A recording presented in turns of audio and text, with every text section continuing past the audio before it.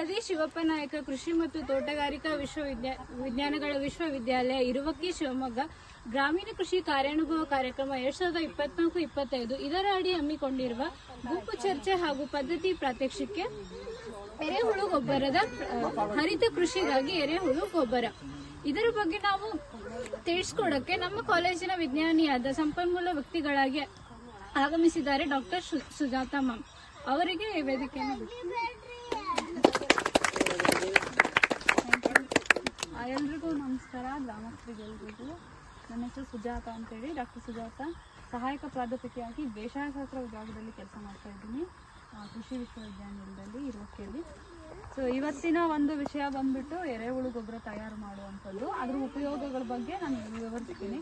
ಎರೆಹುಳು ಗೊಬ್ಬರನೇ ನಾವು ಯಾಕೆ ತಯಾರಿಸ್ಬೇಕು, ಎರೆಹುಳು ಗೊಬ್ಬರನ ಯಾಕೆ ಯೂಸ್ ಮಾಡಬೇಕು, ತಿಪ್ಪೆ ಗೊಬ್ಬರ ಯಾಕೆ ಯೂಸ್ ಮಾಡಬೇಕು, ಅದ್ರ ಮೇಲೆ ಇದ್ರದ್ದು ಉಪಯೋಗ ಏನು ಅನ್ನೋದನ್ನ ನಾನು ಹೇಳಕ್ ಇಷ್ಟಪಡ್ತೀನಿ. ಫಸ್ಟ್, ಎರೆಹುಳು ಗೊಬ್ಬರನ ನಾವು ಭೂಮಿಗೆ ಹಾಕೋದ್ರಿಂದ ಎರೆಹುಳು ಗೊಬ್ಬರಗಳು ನಾವು ಭೂಮಿನ ಹೆಂಗೆ ನೇಗಿಲು ಉಳುಮೆ ಮಾಡ್ತೀವಲ್ಲ ಆ ತರ ಭೂಮಿಯಲ್ಲಿ ರಂಧ್ರಗಳನ್ನ ಕೊರೆಯೋದ್ರಿಂದ ಸೊ ಅವುಗಳು ಉಳುಮೆ ಮಾಡೋ ತರ ಆಗುತ್ತೆ ಭೂಮಿ. ಸೊ ಭೂಮಿಯ ಒಂದು ಭೌತಿಕ ಗುಣಧರ್ಮಗಳು ಇಂಪ್ರೂವ್ ಆಗುತ್ತೆ. ಓಕೆ, ನಾವು ಫ್ಲೋ ಮಾಡೋದು ನಾವು ಉಳುಮೆ ಮಾಡೋದು ಒಂದೇ, ಅಥವಾ ಭೂಮಿಯಲ್ಲಿ ಹುಳಗಳು ನೆಲವನ್ನು ಬಗೆಯೋದು ಒಂದೇ ಆಗುತ್ತೆ, ಜಾಸ್ತಿ ಹುಳಗಳು ಇದ್ವು ಅಂತ ಹೇಳಿದ್ರೆ ಭೂಮಿಯಲ್ಲಿ. ಸೊ ಅಂಡ್ ಇನ್ನೊಂದು ಏನಪ್ಪಾ ಅಂದ್ರೆ ಈ ಗೊಬ್ಬರ ಏನಂದ್ರೆ ಹುಳುಗಳ ಹೊಟ್ಟೆಯಿಂದ ಹೊರಗೆ ಬಂದಿರುತ್ತೆ. ಇಕ್ಕೆ ರೂಪದಲ್ಲಿ, ಇಕ್ಕೆನೆ ನಾವು ಗೊಬ್ಬರ ಅಂತ ಹೇಳ್ತೀವಿ. ಹುಳುಗಳು ಏನ್ ತ್ಯಾಜ್ಯನ ವೇಸ್ಟ್ ನ ತಿಂದು ಹೊರಗಡೆ ಹಾಕುತ್ತಲ್ಲ, ಅದು ಇಕ್ಕೆನೆ ನಾವು ಎರೆಹುಳು ಗೊಬ್ಬರ ಅಂತ ಹೇಳೋದು. ಸೊ ಆ ಇಕ್ಕೆಯಲ್ಲಿ ಒಂದು ಮುಖ್ಯವಾದ ಅಂಶ ಏನಂದ್ರೆ ಬೆಳೆಗಳನ್ನ ವರ್ಧಿಸ್ತಕ್ಕಂಥ ಬೆಳವಣಿಗೆಯನ್ನ ಪ್ರಚೋದಿಸ್ತಕ್ಕಂಥ ಹಾರ್ಮೋನ್ಸ್ಗಳಿರ್ತವೆ, ಪ್ಲಾಂಟ್ ಹಾರ್ಮೋನ್ಸ್ ಅಂತ ಕರಿತೀವಿ. ಮತ್ತೆ ಎಂಜೈಮ್ಸ್ ಅಂತಾನೂ ಇರ್ತವೆ. ಅವು ಮತ್ತೆ ಲಘು ಪೋಷಕಾಂಶಗಳು ಜಾಸ್ತಿ ಇರುತ್ತೆ ಈ ಗೊಬ್ಬರದಲ್ಲಿ ಅಲ್ವಾ. ಎಷ್ಟು ಅಗಲ ತೊಟ್ಟಿ ಇರ್ಬೇಕಂತ, ಎಷ್ಟು ಅಗಲ ಇರ್ಬೇಕಪ್ಪ ಅಂತ ಹೇಳಿದ್ರೆ ಮಿನಿಮಮ್ ಅಗಲ 3 ರಿಂದ 4 ಅಡಿ ಇರ್ಬೇಕು, ಅಥವಾ ಮೀಟ್ರಲ್ಲಿ ಹೇಳೋದಾದ್ರೆ 1 ಮೀಟರ್ ಇರ್ಬೇಕು. ಸೊ 3 ರಿಂದ 4 ಅಡಿ ಅಗಲ ಇರ್ಬೇಕು. ಸೊ ಉದ್ದ ನೋಡೋದಾದ್ರೆ ನಮ್ಮ ಅನುಕೂಲಕ್ಕೆ ತಕ್ಕಂತೆ ನಮ್ಮ ಜಾಗ ಎಷ್ಟಿರುತ್ತೆ ಅಷ್ಟು ಮಿನಿಮಮ್ 2.5 ರಿಂದ 3 ಮೀಟರ್ ಉದ್ದ ಇರಬೇಕು, ಅಥವಾ 8 ರಿಂದ 10 ಅಡಿ ಉದ್ದ ಇರಬೇಕು. ಹೈಟ್ ಮಾತ್ರ 2 ಅಡಿಗಿನ್ನ ಮೇಲೆ ಇದು ಹೋಗ್ಬಾರ್ದು ಜಾಸ್ತಿ. 2 ಅಡಿ ಹೈಯೆಸ್ಟ್ ಇಟ್ಕೋಬೇಕು. ಅದಕ್ಕಿಂತ ಮೇಲೆ ಆದಂದ್ರೆ ನಾವು ಮತ್ತೆ ಮಗಚ್ಬೇಕಾಗುತ್ತೆ, ಗಾಳಿ ಆಡೋದಿಲ್ಲ ಹೊರಗಡೆ, ಮಗಚ್ಬೇಕಾಗುತ್ತೆ, ಅಥವಾ ಈಟ್ ಜನರೇಷನ್ ಜಾಸ್ತಿ ಆಗುತ್ತೆ ತಿಪ್ಪೆಯಲ್ಲಿ. ಅದಕ್ಕೆ 2 ಅಡಿ ಅಷ್ಟೇ ಇಟ್ಕೊಂತೀವಿ.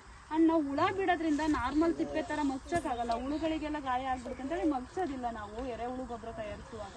ಅದಕ್ಕೆ 2 ಅಡಿ ಹೈಟ್ ಅಷ್ಟೇ ಇಟ್ಕೋಬೇಕಾಗುತ್ತೆ. ನಾವು ತುಂಬುವಾಗ ಎಂತ ಕಸನ ತುಂಬಬಹುದು, ಯಾವ ಕಸ ತಗೋಬೇಕು, ತಿಪ್ಪೆಗಾದ್ರೆ ಸಿಗಿದೆಲ್ಲ ಹಾಕ್ತಿವಿ, ಇಲ್ಲಿ ಯಾವ ತರದ್ದು ಹಾಕ್ಬಹುದು ಅಂತ ನೋಡೋದಾದ್ರೆ ಎರೆಹುಳು ಗೊಬ್ಬರನ ತಯಾರಿಸೋಕೆ ಬೇಕಾಗಿರುವಂತ ಮಟೀರಿಯಲ್ ಏನಂತ ನೋಡೋದಾದ್ರೆ ನಮ್ಮ ಮನೆಯಲ್ಲಿ ಏನೇನು ಸಿಗುತ್ತಲ್ಲ ತ್ಯಾಜ್ಯ ಎಲ್ಲನೂ ತಗೋಬಹುದು. ತಿಪ್ಪೆಗೆ ನಾವೇನೆಲ್ಲ ಹಾಕ್ತಿವಿ, ದನಗೊಂತಿನಲ್ಲಿ ಇರ್ತಕ್ಕಂಥ ಕಸ, ಅದ್ರ ಕಾಲಡಿಲಿ ಇರ್ತಕ್ಕಂಥ ಹುಲ್ಲು ಎಲ್ಲನೂ ಹಾಕ್ತಿವಿ, ಗೊಬ್ಬರ ಅದ್ರದ್ದು ಸಗಣಿ ಹಾಕ್ತಿವಿ. ದನಿನ ಸಗಣಿನೇ ಅಲ್ಲ, ಎಲ್ಲ ತರದ್ದು ಕುರಿ ಮೇಕೆ ಎಲ್ಲದಕ್ಕೂ ಸಗಣಿ ಹಾಕ್ಬಹುದು ನಾವು.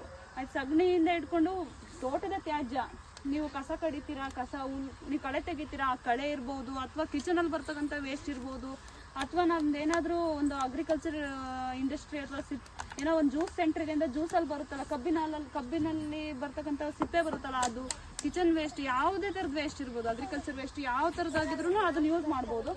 ಆದ್ರೆ ಎಕ್ಸೆಪ್ಟ್ ಒಂದು ಥಿಂಗ್ ಏನಂದ್ರೆ ಗಟ್ಟಿಯಾಗಿರ್ತಕ್ಕಂಥ ಅಂಶ, ತುಂಬಾ ಗಟ್ಟಿ ಇರುವಂಥದ್ದು ಅದನ್ನ ಹಾಕ್ಬಾರ್ದು. ಅದ್ರದ್ದು ಆಗಲ್ಲ ಅಂತಲ್ಲ, ಕೊಳೆಯುತ್ತೆ, ತಿನ್ನುತ್ತೆ, ತುಂಬಾ ನಿಧಾನ ಆಗುತ್ತೆ. ಆದ್ರೆ ಆಮೇಲೆ ಪ್ಲಾಸ್ಟಿಕ್ ಹಾಕ್ಬಾರ್ದು. ಆಮೇಲೆ ಕಹಿ ಇರ್ತಕ್ಕಂಥ ವಿಷಯ ಜಾಸ್ತಿ ಹಾಕ್ಬಾರ್ದು, ಕಹಿ ಇರುವಂತದ್ದು. ಅಡಿಕೆ ಸಿಪ್ಪೆ ಹಾಕ್ಬಹುದು ಅದನ್ನ, ಬಟ್ ಸ್ವಲ್ಪ ಮೆತ್ತಗ್ ಮಾಡಿ ಹಾಕ್ಬೇಕಾಗುತ್ತೆ ನಾವು. ಗಟ್ಟಿಗಿರೋದನ್ನ ಮೆತ್ತಗ್ ಮಾಡಿ ಹಾಕ್ಬೇಕು. ಅಂದ್ರೆ ತುಂಬಾ ಗಟ್ಟಿ ಇತ್ತಪ್ಪ ಅಂತ ಹೇಳಿದ್ರೆ, ಈಗ ಅಡಿಕೆ ಹಳೆ ಸಿಪ್ಪೆ ಆದ್ರೆ ಬೇಗ ಕೊಳೆಯುತ್ತೆ, ಹೊಸ ಸಿಪ್ಪೆ ಆದ್ರೆ ಕೊಳೆಯಲ್ಲ ಅಂತಿಲ್ಲ, ಅದನ್ನ ತಿನ್ನಲ್ಲ ಅಂತಲ್ಲ, ತಿನ್ನುತ್ತೆ, ಆದ್ರೆ ಟೈಮ್ ತಗೊಳುತ್ತೆ. ಅದಕ್ಕೆ ನಾವ್ ಏನ್ ಮಾಡ್ಬೇಕಪ್ಪ ಅಡಿಕೆ ಸಿಪ್ಪೆದಾದ್ರೆ ವೇಸ್ಟ್ ಎಲ್ಲಿ ಬೇಕಲ್ಲ ದಾರ ಒಯ್ದು ಹಾಕ್ತಾ ಇದಾರೆ, ಖಾಲಿ ಜಾಗ ಎಲ್ಲೆಲ್ಲ ಸರ್ಕಾರಿ ಜಾಗಗಳು ಹಾಕ್ತಾ ಇದ್ದಾರೆ. ಇನ್ನು ಮುಂದಿನ ದಿನಗಳಲ್ಲಿ ಅದೇ ಯಥೇಚ್ಛವಾಗಿ ಒಂದು ತ್ಯಾಜ್ಯ ಅನ್ನೋದಾಗುತ್ತೆ ಹಳ್ಳಿಗಳಲ್ಲಿ. ಅದಕ್ಕೋಸ್ಕರ ನೀವು ಅದಕ್ಕೆ ಮಾಡರೇಟ್ ಆಗಿ ನಿಮ್ಮ ಎರೆಹುಳದಲ್ಲಿ ಬರುತ್ತೆ. ಅದನ್ನು ನಾವು ಎರೆಹುಳು ಗೊಬ್ಬರ ಮಾಡೋ ಪದ್ಧತಿನ ನಮ್ಮ ಯೂನಿವರ್ಸಿಟಿಯಲ್ಲಿ ಬಿಡುಗಡೆ ಮಾಡಿದ್ದಾರೆ. ಅದನ್ನ ಸೈಂಟಿಫಿಕಲಿ ನಾವು ಎಕ್ಸ್ಪೆರಿಮೆಂಟ್ ಮಾಡಿ ತಿಳಿಸ್ಕೊಟ್ಟಿದ್ದಾರೆ. ಅದು ಒಂದು ಪ್ರಾತ್ಯಕ್ಷಿಕೆ ಸಪರೇಟ್ ತೋರಿಸ್ತಾರೆ. ಎರೆಹುಳು ಗೊಬ್ಬರ ಲೇಯರ್ ಬೈ ಲೇಯರ್ ತುಂಬಬೇಕಾಗುತ್ತೆ. ಸೊ ಇವಾಗ ತುಂಬುವ ಮೆಥಡ್ ನೋಡೋದಾದ್ರೆ ನಾವು ಸೊ ಕೆಳಗಡೆ ತುಂಬಾ ತಳಕ್ಕೆ ಏನ್ ಹಾಕ್ಬೇಕಂದ್ರೆ ಗಟ್ಟಿ ಇರೋ ಅಂತದನ್ನ ಫಸ್ಟ್ ಹಾಕ್ಬೇಕು. ಮೊಟ್ಟೆ ಸಿಪ್ಪೆ ಇರ್ಬೋದು, ಮೊಟ್ಟೆ ಇರ್ಬೋದು, ಅಂದ್ರೆ ತೆಂಗಿನ ಮೊಟ್ಟೆ ಅಂತ ಹೇಳ್ತೀವಲ್ಲ ಅದು, ದಿಣ್ಣೆ ಏನಾದ್ರು ಮರದ ದಿಣ್ಣೆಗಳು ಅಂತದ್ದು ಹಾಡಿರೋ ಅಂತ ಮಟೀರಿಯಲ್ ಫಸ್ಟ್ ಒಂದ್ ಲೇಯರ್ ಹಾಕೊಂಡ್ಬಿಡ್ಬೇಕು. ಅದಾದ್ಮೇಲೆ 2 ಇಂಚು ಸಗಣಿ ಹಾಕ್ಬೇಕು. ನಿಮ್ಮ ಹತ್ರ ಸಗಣಿ ಇರ್ಲಿಲ್ಲ ಅಂತ ಹೇಳಿದ್ರೆ ಸಗಣಿ ಬಗಡ ಹಾಕ್ಬೇಕು. ಸಗಣಿ ಬಗಡನ ಸಿಂಪಡಿಸ್ಬೇಕು. ಅದು ಹೆಲ್ಪ್ ಮಾಡುತ್ತೆ, ಅಂದ್ರೆ ಪ್ರಮೋಟ್ ಇನಾಕುಲಮ್ ತರ ಹೆಲ್ಪ್ ಮಾಡುತ್ತೆ ಕೊಳೆಯಲಿಕ್ಕೆ ಮತ್ತೆ ಮೆತ್ತಗಾಗೋದಕ್ಕೆ ಮಟೀರಿಯಲ್ನ.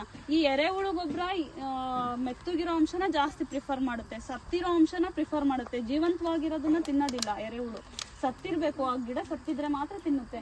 ಆ ತರ ಲೇಯರ್ ಬೈ ಲೇಯರ್ ನಿಮಗೇನ್ ಸಿಗುತ್ತೆ ಆ ತ್ಯಾಜ್ಯನ ಹಾಕೋಬೇಕು. ಲೇಯರ್ ಬೈ ಲೇಯರ್ ಅಂದ್ರೆ ಆಲ್ಟರ್ನೇಟಿವ್ ಲೇಯರ್, ಫಸ್ಟ್ 1 ಲೇಯರ್ ತ್ಯಾಜ್ಯ, ಅದ್ರ ಮೇಲ್ಗಡೆ ಸಗಣಿ ಬಗ್ಡ, ಅಥವಾ ಸಗಣಿ ಇತ್ತಂದ್ರೆ ಸಫಿಶಿಯಂಟ್ ಸಗಣಿನ 2 ಇಂಚು ನೀವು ಲೇಯರ್ ತರ ಸ್ಪ್ರೆಡ್ ಮಾಡ್ಬೋದು.